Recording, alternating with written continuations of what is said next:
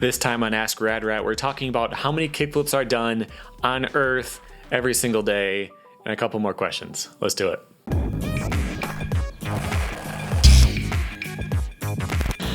Welcome back to Rad Rat Video, a channel where I sometimes record a month's worth of videos only to discover that I forgot to plug in my microphone. And this time, what we're doing is answering your questions about skateboarding.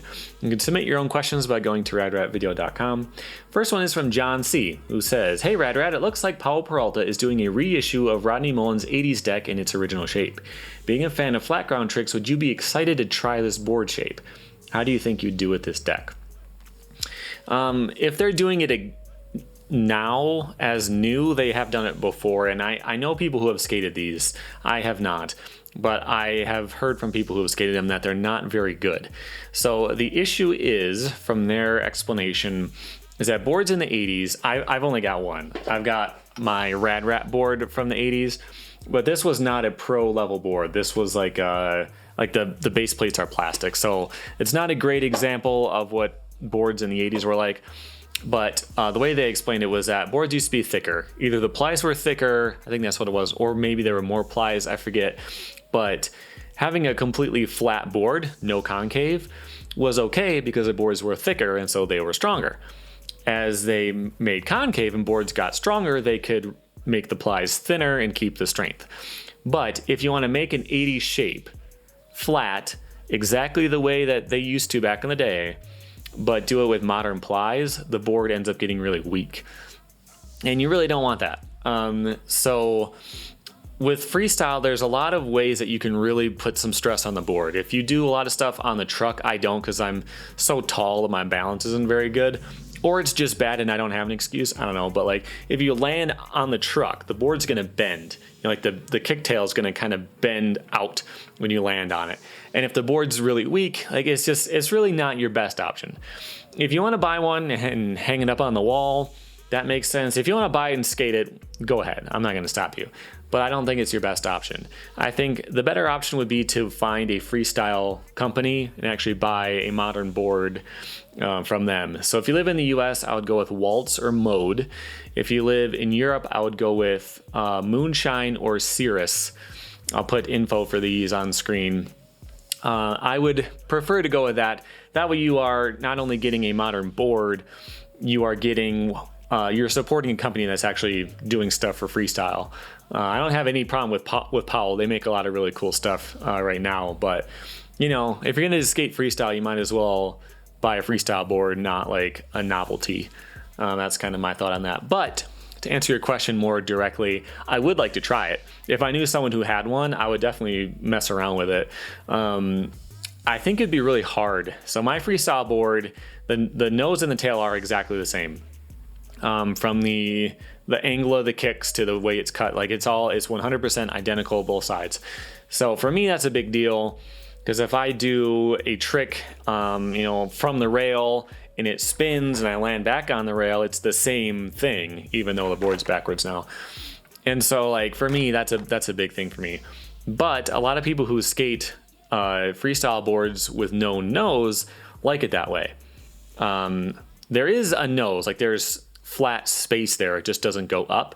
So some people like that to like grab it and do like different kinds of flips. So like it would be fun to mess around with. I think I would have a hard time with it, but it would definitely be fun.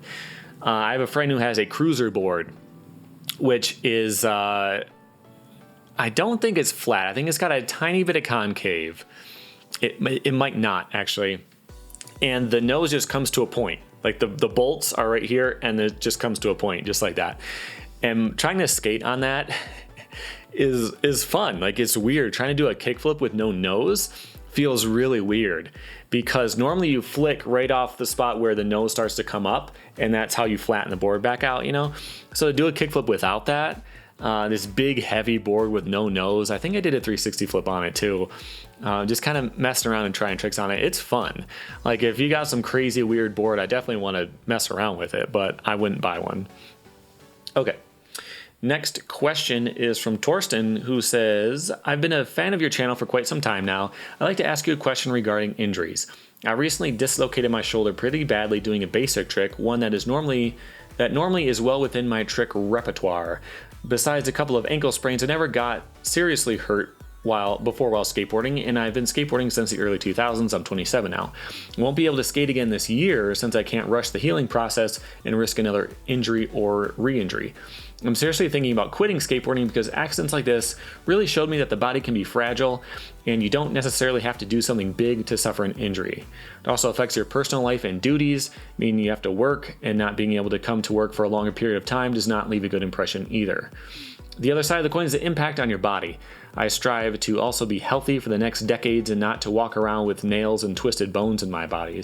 I love skateboarding and it has been a big part of my life. The events recently have been thought-provoking for me. What's your opinion on this matter? How have you dealt with injuries? Have you ever thought about quitting due to them? Thanks and greetings from Austria. So my thought is basically this. As you get older, and you're 27, so you got some time, but as you get older, doing exercise of some kind is important. So yes, you can get hurt skateboarding, but overall, being in shape and having a general level of fitness is also really healthy. So do you trade a couple of skin knees for you don't die of heart disease? That's the way I think about it. I think getting hurt really badly doing a basic trick is a fluke. That does not happen very often. I think you were very unlucky, and I doubt that would happen again. I don't think that's ever happened to me. So I was skating recently. I built a box in my backyard. You probably haven't seen that yet unless you follow me on Instagram. I've been trying to record a video, but then I got sick and it got pushed back. And anyway, I was doing a no slide, and I came up, landed on it, and the board slipped off, and my foot slipped off, and my ankle slid down the side of the box and kind of tore up the side of my shin. But I was okay within a couple of days. So I haven't gotten hurt doing the basics, maybe ever, I don't think. So I think it's pretty rare that something like that would happen, and you have to weigh it against the other things you could be doing. So I have some friends who like to play basketball, and they go every week. I've only been a couple of times, but I saw someone tear his calf muscle. It got huge and swollen, and you had to be carried out of there. I've seen people twist and sprain ankles fairly often, getting a finger jammed in your eye, or getting hit in the face with a basketball. That type of stuff happens all the time. And if you look at the numbers, every common sport is actually more dangerous than skateboarding as far as going to the hospital is concerned.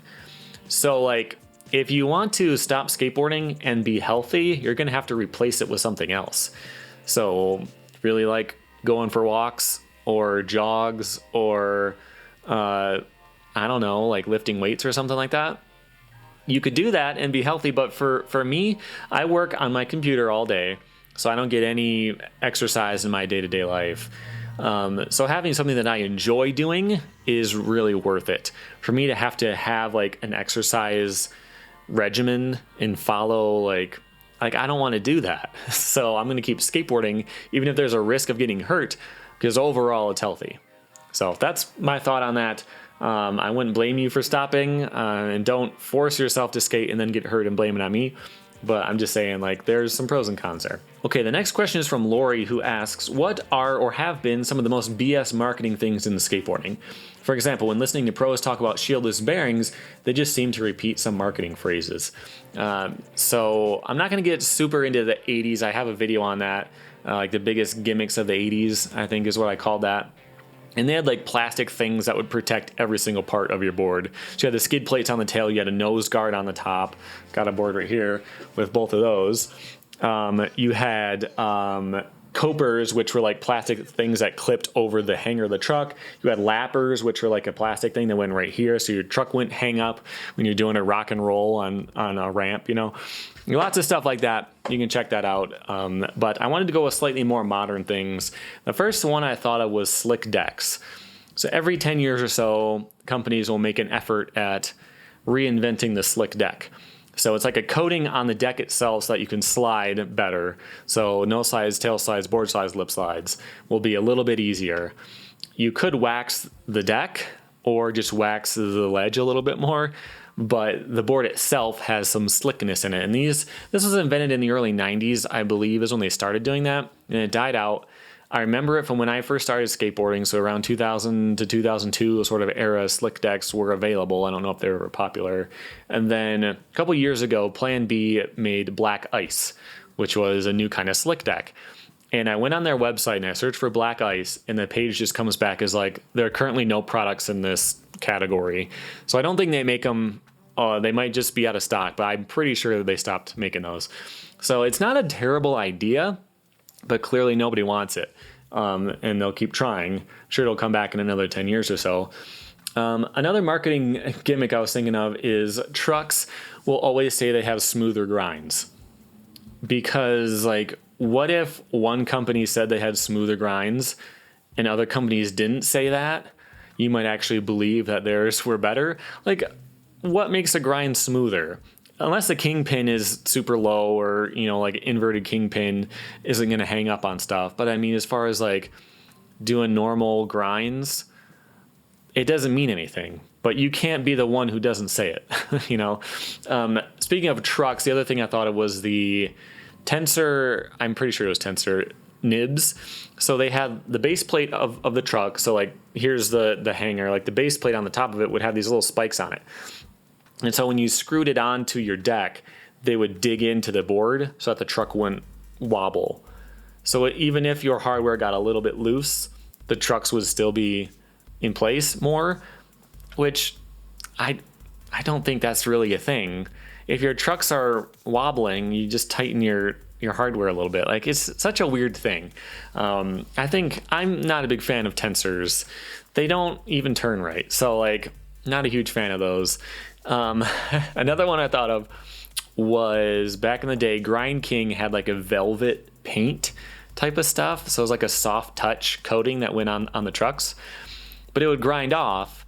So you would have like, all of the grindy spots on your truck, like the top of the hanger and like the front of the hanger for like crooked grinds and stuff. That would all just wear off and be metal, but then you had like a soft touch velvety coating. I don't know why, but it was something that you could get. What else is on my list? Truck rims.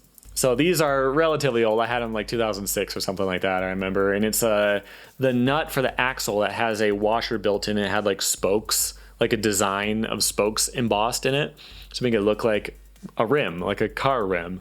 The idea was that it was to keep extra dirt out of the bearings, but that wasn't the point. The point was just to have rims on your skateboard. I don't know. I bought them because I was doing stuff with freestyle. When you land on the rail, you can scratch up the nuts and the axles and get it so that they won't want to turn. Like, you get the axle nut stuck on there. So I thought buying like a aftermarket special truck nut nut for the axle would be less likely to get damaged. I also just wanted to have rims on my skateboard, but I at least had an excuse, But yeah, that didn't go anywhere. The next thing is rails. So unless you do lots of board slides, what I'm talking about is these guys, the plastic rails. If you do board slides on concrete a lot, fine. That's kind of what the point of them is. Then go ahead, they're fine. But if you get them just to have them, which seems to be kind of a thing, what's the point? You're buying an extra thing, you're putting in all these screws into your board to hold on something that you don't care about. So yeah, not a huge fan of those. Again, if you use them, then that's fine. But if you just have them for design purposes, then that's kind of a gimmick. The last thing I want to mention was carbon fiber, which I think is real. So it may seem like a gimmick, and maybe it'll turn out that people don't like it and it goes away. To me, it does seem like an actual worthwhile thing. So, we were talking before about how, in the first question, about how boards got thinner because they got stronger because of the concave. You can add in carbon fiber and make the boards even thinner and lighter and stuff like that. My current board is by Red F Skateboards, and they have like a performance carbon fiber model. And that board is thin and light. And it's designed to like be kind of bent, or probably bent like this. And so with the carbon fiber, like as you put weight on it and you let off, it kind of snaps up and gives you a little bit of a boost. without comparing side by side with a board that's exact same size and everything, it would be hard to tell, honestly. But when I watch footage of that board in slow motion, the way it kind of flops around in the air, but it doesn't feel like it does, I think there is something to that. I think the boards with the composite rails and like all that type of stuff, I think is real. I don't think that's a gimmick. I think you'll have different options for like longer lasting boards, but thought I'd throw that in there in case someone mentioned it in the comments. Okay, last question today is from Sneaky Secrets, who says, how many kickflips do you think are done in the course of one day globally? Might be interesting to try to calculate. Okay, so I had to give some thought as to how I'm going to calculate this. My first idea was figure out how many people are skateboarders and then come up with an average number of kickflips you do per month and then divide that out. But that seemed a little bit risky because you have to look up the market share of street skating, which is like 54% or something, and then like cruisers and longboards make up the rest of that, and try to figure out, I mean, that's tough. What I decided to do instead was figure out how many decks are sold every year, and then how many kickflips you do before you retire that deck and get a new one. Rounding in every step, because some people will buy a skateboard and never use it again. Some people will do one heel flip on it and break it, and they've done 0 kickflips on that board, that kind of thing. So the first step was to figure out how many skateboards are sold every year. So I looked it up, and this year, street skateboards are projected to sell $277.7 million worth. But that's street skateboards. That doesn't mean decks necessarily. That can mean everything, every product in the street skateboarding category. This is more of like a marketing website data. Like, I don't think it was really specific about like, that type of stuff. So I figured I would use 60% of that number as decks. Decks don't cost 60% of a complete. They're less than that. But, you replace your boards more often than you buy other stuff. So this might actually be low, but I went with 60% of those sales are new decks specifically. Okay, so 60% of 277 was $170 million. And I call the average price of a deck $50. I think that's fair. They're about $50 here. Some go, $5, $10 more, especially if they're, the technology stuff we were talking about. But there's also shop decks. There's also blank decks and stuff like that. So boards cost more in other countries, but they do have the cheaper options too. I think overall, $50 a board is about right. So 170 million divided by $50 is 3.5 million decks projected to be sold in all of 2020.